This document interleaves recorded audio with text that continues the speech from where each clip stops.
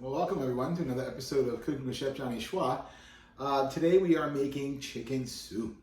One of my all-time favorites. I love making soups. You know, trained in classical French cuisine.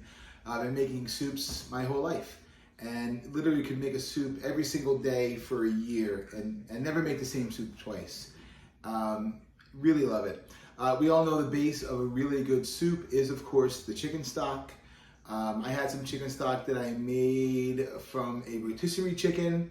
I had some stock in the freezer, and then I went ahead and I took my chicken breast and I poached my chicken breast in that stock. My chicken breasts are cooked all the way through, just to about 165, and really helps to make my stock now into a broth, right? Because a stock is water, bones, and mirepoix, right? But if we add some meat in there, it now becomes a broth. And the meat can be added at later stages that we're really fortifying the stock, fortifying the broth by adding meat, maybe adding extra mirepoix. That's how we're really getting those deep, rich flavors. I'm gonna go ahead and get my vegetables on right away. Because we're making a chicken soup, we really wanna get the vegetables sweating as quickly as possible. We don't want any color, so we're gonna be cooking on a low flame. So let's go ahead and get my induction burner on. And right now I'm on about number 50. I'm gonna put this to the side so you can see a little bit what's going on here. We have some white onions that are cleaned. Could use Vidalia onions, but we had white onions in house. We have some carrots. We have some celery. And we have some tomatoes from the garden still.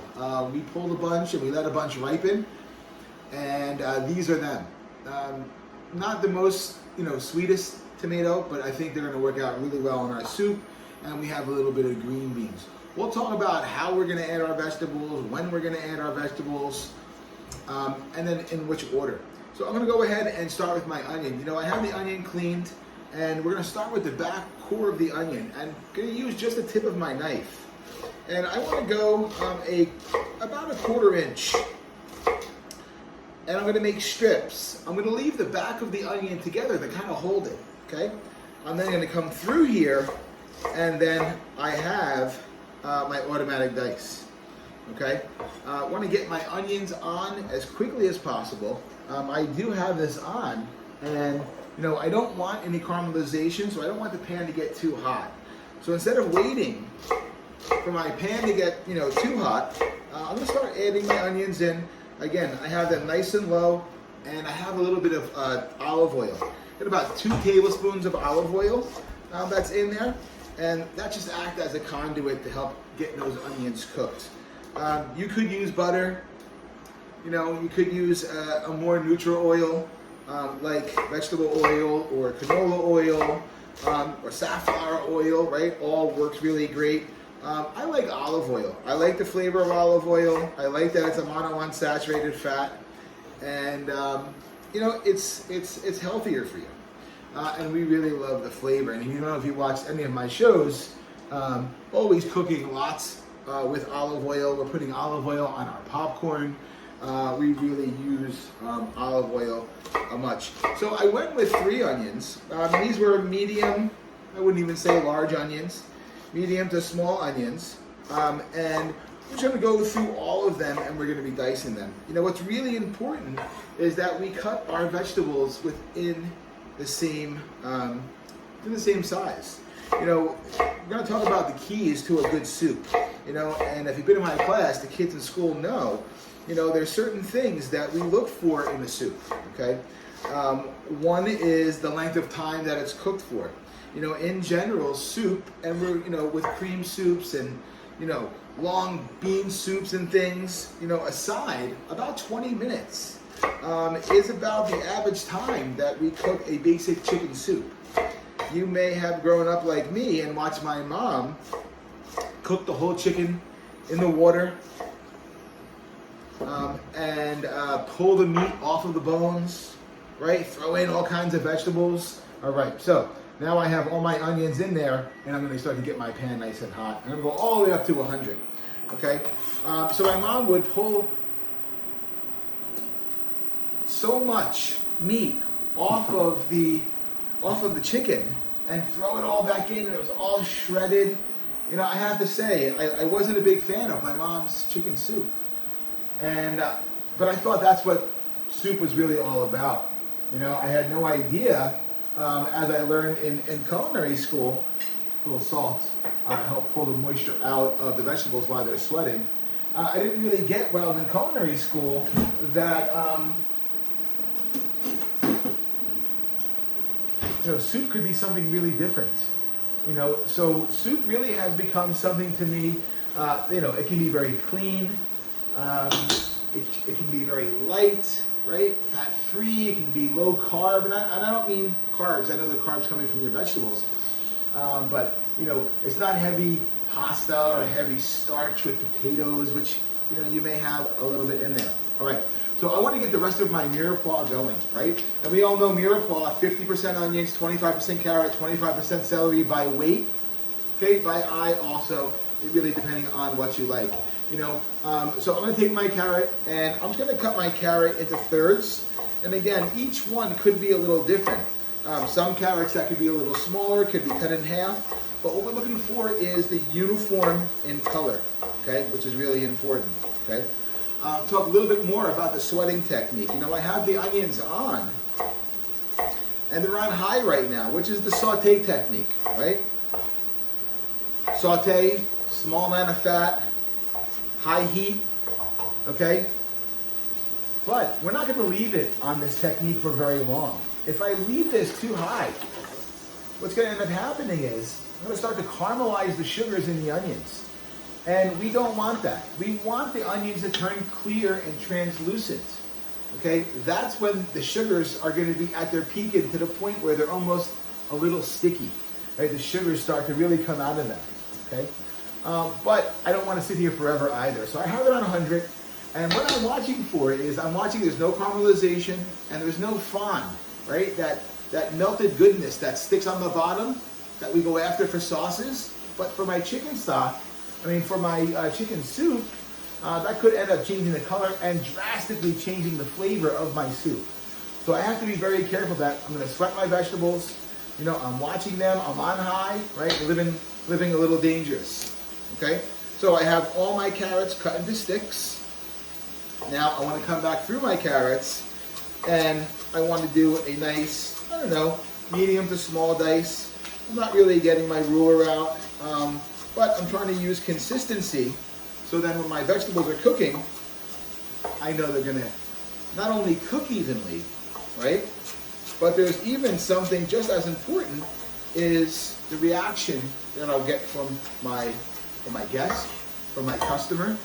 And, you know, I noticed that when people even see people cooking, just the way they cut, they're already impressed by the visual, right? Oh my God, look how nice you're cutting. It's gonna be great. And they haven't even tasted the food yet. Okay, so it already gives us a kind of preconceived notion of what the food's gonna be. All right, so I have all my carrots ready to go. And I want to add my carrots right in. You know, carrots are pretty firm. And they're gonna help the onions in the sweating process. So we go ahead and get them in there. Last up, I have celery. I cut the ends off, threw it in the stock before. I washed them. And again, we're just going to take our celery and cut it in half. You may like half moons, right? And cut half moons. That's okay. You know, maybe cut your onions a little larger to kind of match the half moon, if you like. If you like that little kind of curled kind of look. And I'm cutting these into what's known as a batonette or julienne. And, you know, a julienne and a batonette are defined by their thickness. Usually most of them are, you know, 2.5 inches, and then they go through different sizes. They could be 1/4 inch, they could be 1/2 inch, they could be 3/4 of an inch, right? There could be a small dice at 1/4 of an inch, right? 1/4 by 1/4, right? A brunoise at 1/8 or 1/16, right? And these are all the classic French cuts that, you know I teach in my class because cutting is a big part of what we do. You know, everything is made homemade, everything is made at scratch. So right now I'm going after, you know, about a medium a large dice. I want my celery to match the size of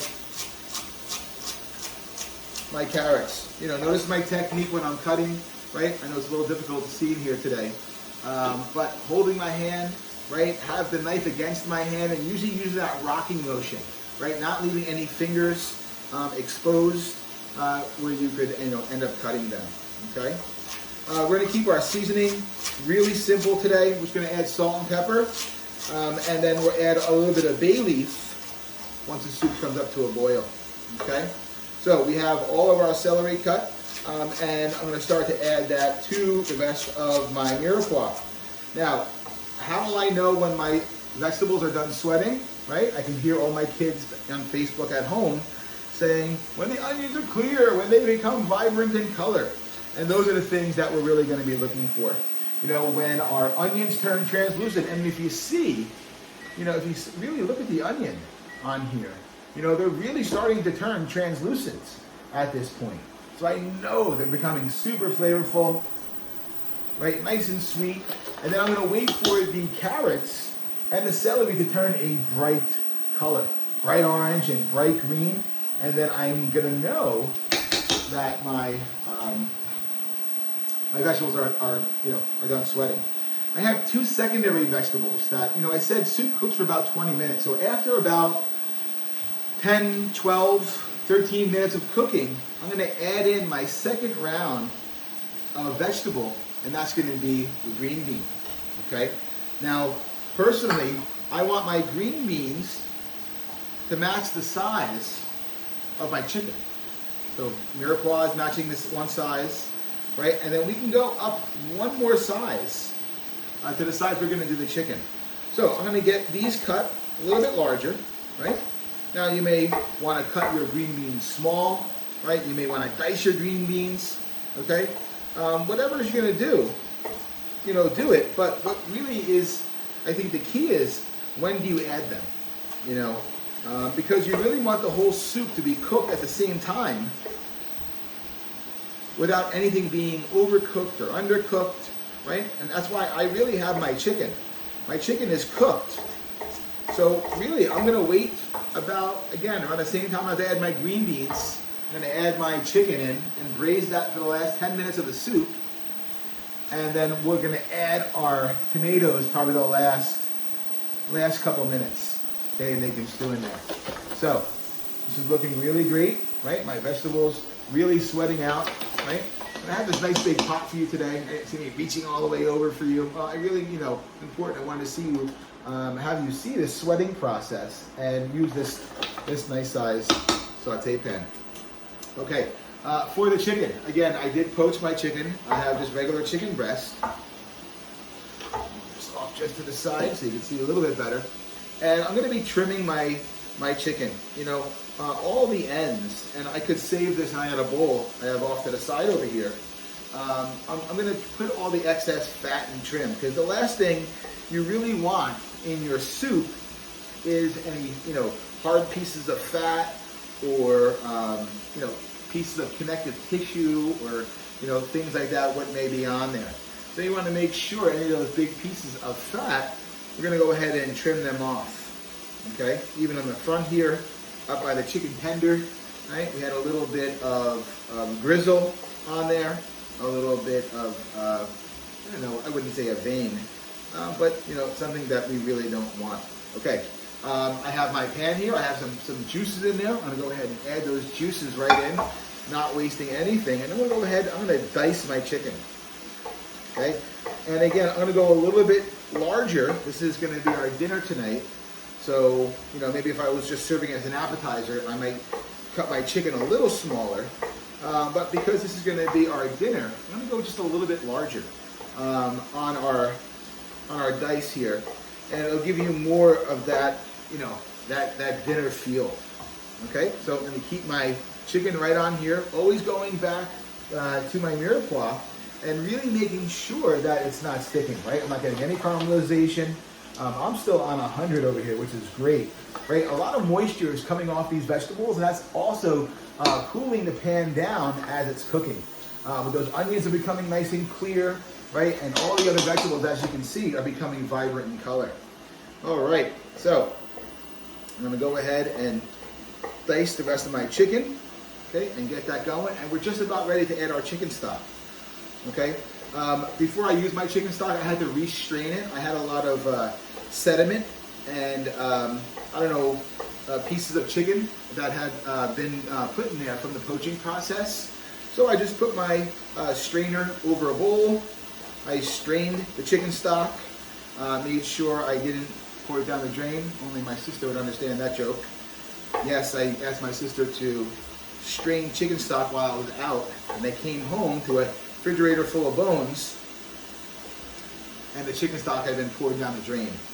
But we love my sister. She was trying her best. And so yes, so we want to go ahead and do that. All right, so I have all my chicken nice and diced, okay, and that's all on there. Again, a little bit large, okay, a little large on the chicken. Again, this is for the entree. Our vegetables are just about done sweating, okay. Again, really nice in color, right? No caramelization. I still see a little water coming off, right? The carrots are becoming vibrant in color, right? At this point, I'm gonna go ahead and I'm gonna add my chicken stock, all right? Add my chicken stock right back here in a bowl, and gonna go ahead and put that right in. Am I gonna use all of it? I don't know. You can always add more. You know, the worst thing to do, and I'm gonna save a little bit behind, worst thing to do would be make it too soupy, too watery. Not watery, it's a broth soup, right? But we want to do that. All right. So I'm going to go ahead and bring this to a boil. I'm going to let this simmer for about 10, 12 minutes. I'm going to slide in my diced chicken and my green beans. Okay. And then we have some of those plum tomatoes. Now I could quarter them. I could cut the plum tomatoes in half when I put them in there, and it'll be just great. You know, if you wanted to, at some point you could add some rice. You know, rice takes 20 minutes. So if I were to add some rice in right now, I could add 2 tablespoons, 3 tablespoons of rice, let that cook for 20 minutes, and that could be part thickener. I could use some rotini pasta, right? I have some rotini pasta over here that if you took the rotini and just cut them into little pieces, right? You could add little pieces of rotini, or put the rotini into a Ziploc bag and hit it with a hammer, like a mallet, right? And break up the pasta. You could add the pasta in there. So there's so many things we could do. I could add potatoes in right now, diced potatoes. I could add diced sweet potatoes. I could throw some barley in there right now, although barley takes about 45 minutes, but I'd add a cooked barley. You know, you could have barley cooked in some water and add it to your broth. So, you know, this vessel that we just made, the sweating of the mirepoix, the adding of the stock, is, you know, the beginning of a great foundation. Then what are you going to do with that? You know, in which direction do you want to take it? It's really, really up to you, up to the chef, to see what you're going to do. So for us, we're going to add our chicken and green beans, finish it with a little bit of the tomato in there, and I don't know, I think I may add some rotini pasta in just a little while and add it in there. And that'll be our garnish, our starch, and I'll leave it big enough that if I don't want to have some, I can push it off to the side. We could finish with a little fresh herb when we're done, a little bit of flat leaf Italian parsley, a little bit of fresh thyme. Could work out just great, okay? And there you will have your chicken soup, okay? So from my family to yours, thank you so much for being here with us today, and bon appetit. God bless.